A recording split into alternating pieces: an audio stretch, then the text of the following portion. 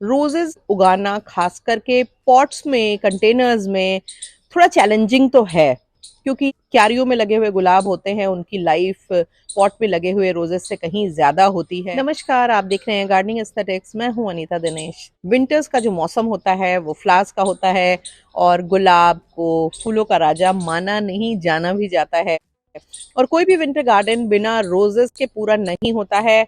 और हम सब गार्डनिंग लविंग लोगों के लिए एक बहुत बड़ा चैलेंज होता है हर सीजन कि कितनी अच्छी और कितनी बेहतरीन क्वालिटी के रोजेस वो हमारे गार्डन में उगे। और अब जबकि हम सब ने अपने रोजेस की कटिंग कर ली थी, बहुत सारे लोगों ने मुझसे ये पूछा कि नए शूट्स नहीं आ रहे हैं, या बहुत एक दो आ रहे हैं, बहुत ज्यादा नहीं आ रहे हैं, हेल्दी नहीं आ रहे हैं। क्योंकि अगर हेल्दी शूट्स नहीं आएंगे तो हेल्दी बर्ड्स नहीं आएंगी, हेल्दी बर्ड्स नहीं आएंगी तो हेल्दी फ्लावर्स नहीं होंगे। और आपकी पूरी साल भर की जो मेहनत है और उम्मीद है अपने प्लांट्स को लेकर के कि बहुत बेहतरीन क्वालिटी के रोज लगे उसमें, वो जब खराब होती है तो बहुत बुरा लगता है। और कोई भी गार्डनिंग लविंग इंसान ये आसानी से समझ सकता है। गार्डन में कितने भी फूल लग जाएं विंटर्स में, पर जब तक सुंदर गुलाब नहीं खिलते हैं तब तक गार्डन में जान नहीं आती है। तो चलिए, आज मैं आपको अपना एक रूटीन बताऊंगी। हर साल एक रिचुअल की तरह से मैं इन तमाम प्रोसेसेस को करती हूँ, जिससे कि बहुत ही बेहतरीन क्वालिटी के गुलाब होते हैं और बड़ी तादाद में होते हैं, प्लांट्स भी हेल्दी होते हैं। रोज पर मैं एक वीडियो बना चुकी हूँ, और जिसमें मैंने सारे के सारे रोज रिलेटेड कंफ्यूजन्स को दूर किया। इंग्लिश रोजेज में कौन से शूट्स को हटाना है, कौन से शूट्स को बने रहने देना है, ये भी बहुत बड़ा कंफ्यूजन होता है। और बहुत बार सुनने के बाद, देखने के बाद भी वीडियोस आपको समझ में नहीं आता है। मैंने अपने उस वीडियो में बहुत आसानी से ये समझाया है, पर स्पेसिफिकली ये वीडियो विंटर्स में कटिंग्स के बाद रोज की ग्रोथ, उसमें अच्छी फ्लावरिंग, उसमें अच्छी बडिंग लेने के लिए है। तो इसी पे हम कंसंट्रेट करेंगे, और वीडियो का, पुराने वीडियो का लिंक आपको एंड कार्ड में मिलेगा। चलिए, देर नहीं करते हैं, जल्दी से वीडियो को शुरू करते हैं। कई सालों से कंटेनर्स में गुलाब उगा रही हूँ, और बीसियों वैरायटी हैं। शुरू शुरू में मेरा मानना था कि टेराकोटा के या सीमेंट के पॉट्स मुफीद होते हैं, पर अब रियलाइज होता है कि नहीं, अगर आप वाटरिंग की प्रैक्टिस को कर लें या वाटरिंग का ध्यान रखें तो प्लास्टिक के कंटेनर्स, बड़े कंटेनर्स बहुत बेहतर हैं। क्योंकि उनमें एक तो आपको रोज रोज पानी नहीं डालना है, क्योंकि गुलाब एक ऐसा प्लांट है जिसको पानी अच्छा चाहिए पर रुकना नहीं चाहिए पॉट में। खैर, आज का जो टॉपिक है वो है फर्टिलाइजेशन प्रोग्राम का, जिससे कि आपके रोजेस की ग्रोथ अच्छी हो। सबसे पहले सेक्शन में ये बात करते हैं कि वो लोग जिन्होंने कटिंग की रोज की, पर उसमें नए शूट्स नहीं निकल रहे हैं, या नर्सरी से खरीद के आप रोज के प्लांट लाए और वो बहुत ज्यादा सिंगल और या डबल स्टेम वाले हैं, उनमें नए स्टेम्स नहीं है, नए शूट्स नहीं आ रहे हैं, उनके लिए जो फर्टिलाइजर कॉम्बिनेशन है वो एनपीके 19-19-19 या फिर 20-20-20 के कॉम्बिनेशन में आप इसको पानी में डाइल्यूट करके यूज करें, या फिर आप इसके साथ वर्मी कंपोस्ट मिला दें।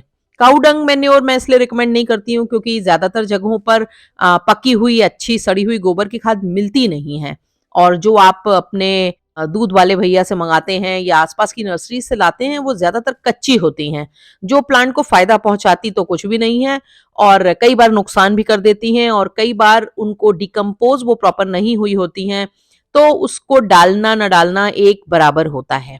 तो इसलिए वर्मी कंपोस्ट खास करके मैं जो यूज करती हूँ, सीवीड उसमें मिक्स होता है, और उसमें तरह तरह के माइक्रो न्यूट्रिएंट्स भी मिले होते हैं।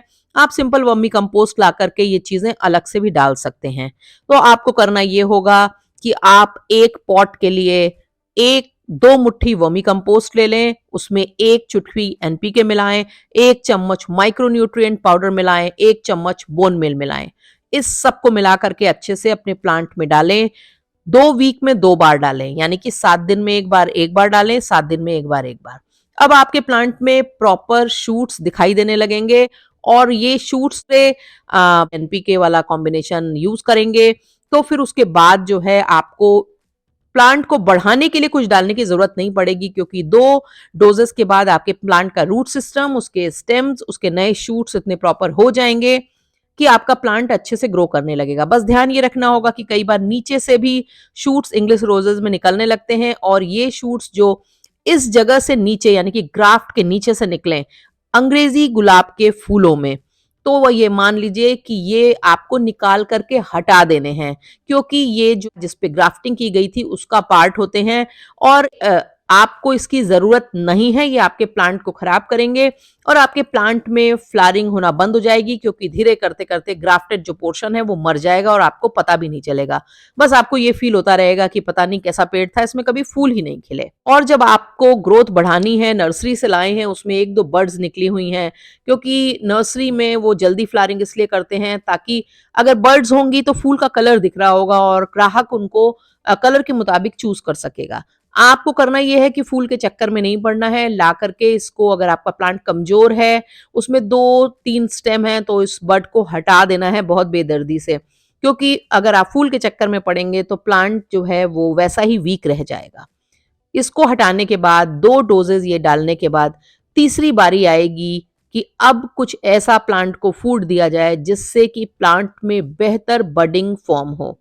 गुलाब के लिए सबसे इंपॉर्टेंट चीज है, इसको 6 से 8 घंटे की धूप तो चाहिए ही चाहिए। जितनी अच्छी धूप और पानी मिलेगा उतने बेहतरीन क्वालिटी के गुलाब प्रोड्यूस होंगे।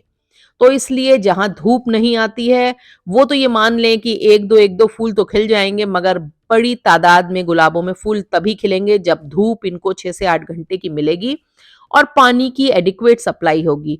गुलाब का जो प्लांट होता है वो बहुत पसंद करता है कि आप उसको हर दूसरे तीसरे दिन खूब बढ़िया नहला दें, क्योंकि उसके 2 फायदे होते हैं। एक तो इन पे किसी भी तरह के स्पाइडर माइट्स और तरह तरह के बग्स इस पे नहीं लगते हैं, इस पे मिली बग्स नहीं लगते हैं, और उसके साथ ही साथ प्लांट में जो ये पानी पत्तियों पे, टहनियों पे पड़ता है, वो इनमें नए शूट्स को इनकरेज करता है निकलने के लिए।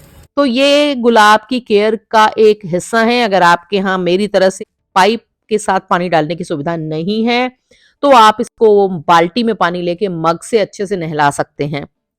पर नहला के देखिए, आपका प्लांट बहुत अच्छा हो जाएगा। पर ये ध्यान रखना है कि अगर आपने भी मेरी तरह कुछ प्लांट प्लास्टिक के पॉट में लगाए हैं, तो फिर पानी में थोड़ा गैप करना पड़ेगा। सीमेंट और मिट्टी के पॉट्स में तो लगभग आपको रोज या अल्टरनेट डे में पानी डालना पड़ेगा। पर गुलाबों को जब भी लगाएं तो बड़े पॉट में लगाएं, यानी कि 14 इंच से ऊपर का पॉट सही रहेगा, क्योंकि उसमें गुलाब की जो रूट सिस्टम है वो बहुत ही एक्सटेंसिव होता है, बहुत वेल डेवलप्ड होता है, उसको अंदर फैलने के लिए जगह चाहिए। दूसरा, गुलाब में जब मिट्टी बनाते हैं ना, तो नीचे भी ऑर्गेनिक मैटर प्रचुर मात्रा में होना चाहिए। नीचे की लेयर में भी आपको माइक्रोन्यूट्रिएंट्स डालने चाहिए, सो दैट कि रूट्स को जो अंदर की तरफ हैं उनको आसानी से भोजन मिलता रहे और आपके प्लांट में ग्रोथ अच्छी होती रहे। अब बात आएगी कि फूलों के लिए या बड़ी तादाद में बर्ड्स के लिए क्या करें। जब आप फूल की कली को निकालते हैं तो उसको थोड़ा इस तरह से नीचे से काटा करें, ताकि नीचे इधर से 4-5 स्टेम निकलने की गुंजाइश बने। जब ये मोटा वाला शूट निकलेगा तब बहुत सारी कलियां निकलेंगी, क्योंकि जो मजबूत शूट्स जो है वो बहुत सारी कलियों को जन्म देता है। और मजबूत शूट्स के लिए आपको करना क्या है, आपको एनपीके की डोज डालनी है। अब वो हो गया, पर 2 बार से ज्यादा नहीं डालनी है, अदरवाइज प्लांट हरा हरा होके खूब बढ़ जाएगा, पत्तियां खूब सुंदर हो जाएंगी, फूल का नामो निशान नहीं रहेगा। अब फूल के लिए 4-5 ग्रैन्यूल्स डीएपी के लेंगे, 1 चम्मच पोटाश, 1 चम्मच माइक्रोन्यूट्रिएंट, 1 चम्मच बोन मिल। इसको मिला करके एक अच्छा रोज फूड आप बनाएंगे, और इस रोज फूड को भी वर्मी कंपोस्ट में मिलाइए और उसके बाद आप अपने प्लांट में दीजिए। आप चाहे तो सीवीड का एक्सट्रैक्ट अगर आपके पास हो तो वो भी यूज कर सकते हैं, गुलाबों के लिए बहुत अच्छा होता है। नहीं हो तो आप seaweed fortified vermi compost use कर सकते हैं। इन सबको मिला करके प्लांट में डाल दीजिए। डालने के बाद खूब बढ़िया वाटरिंग कीजिए। वाटरिंग इतनी कीजिए कि पानी नीचे तक चला जाए, सो दैट कि सारे न्यूट्रिएंट्स नीचे तक पहुंच जाएं। पर इतना भी मत कीजिए कि गमले के नीचे से निकलने लगे, सो दैट कि आपकी जो फर्टिलाइजर है, जो आपके माइक्रो न्यूट्रिएंट्स हैं, जो सारे पोषक तत्व हैं, वो बह के बाहर आ जाएं। इसको आप कम से कम दिसंबर के मिड से लेकर के, और आप इसको फरवरी के मिड तक लगभग हर हफ्ते इसको डालिए, और आप ये देखिए कि सीजन में आपके गुलाबों की जो पैदावार होगी वो बम्पर होगी। तो इस तरह से अगर आप इस फर्टिलाइजर कॉम्बिनेशन को यूज करते रहेंगे, आपके प्लांट शानदार बने रहेंगे। ये तमाम चीजें जैसे माइक्रोन्यूट्रिएंट पाउडर, बोन मील आपको किसी भी अच्छी नर्सरी में, सीड की शॉप में, आपके शहर में जो मंडी होती है वहां पर बीज की दुकानें होती हैं, वहां पर भी ये मिल जाएंगे। जब आप इनको ऑफलाइन खरीदेंगे, दुकान पे जाकर के, नर्सरी पे जाकर खरीदेंगे, तो इनकी जो कीमत है वो काफी कम होगी। पर जब आप इनको ऑनलाइन परचेज करना चाहेंगे तो ये थोड़े ज़्यादा महंगे होंगे। अगर अभी तक आपने मेरे चैनल को सब्सक्राइब नहीं किया है तो जल्दी से सब्सक्राइब कीजिए, बेल आइकन ज़रूर दबाइएगा ताकि जो भी मैं वीडियो अपडेट करूँ वो आप तक पहुँचे। अगर आपको मेरे वीडियो पसंद आते हैं तो उन्हें अपने गार्डनिंग लविंग फ्रेंड्स के संग शेयर तो करें ही, साथ उनमें लाइक और कमेंट करना भी ना भूलें।